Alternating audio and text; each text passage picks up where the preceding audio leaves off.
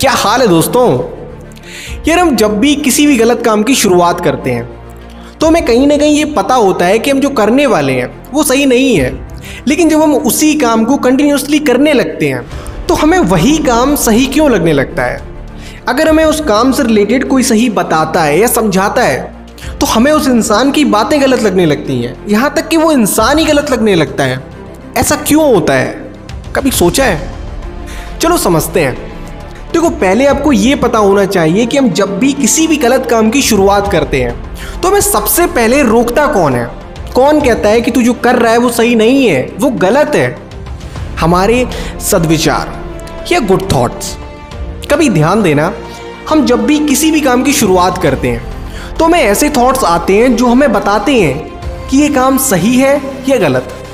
जैसे जब भी कोई इंसान पहली बार चोरी करता है तो वो डरता है क्योंकि उसके गुड थॉट्स उसे बताते हैं कि तू जो कर रहा है वो सही नहीं है।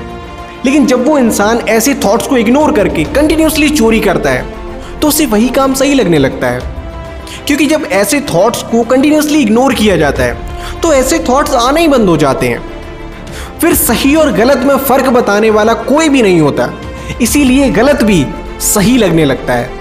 तो यार अपने सद्विचारों को, गुड थॉट्स को कभी भी इग्नोर मत करना, क्योंकि अगर ऐसा किया तो कभी भी नहीं समझ पाओगे कि क्या गलत है और क्या सही।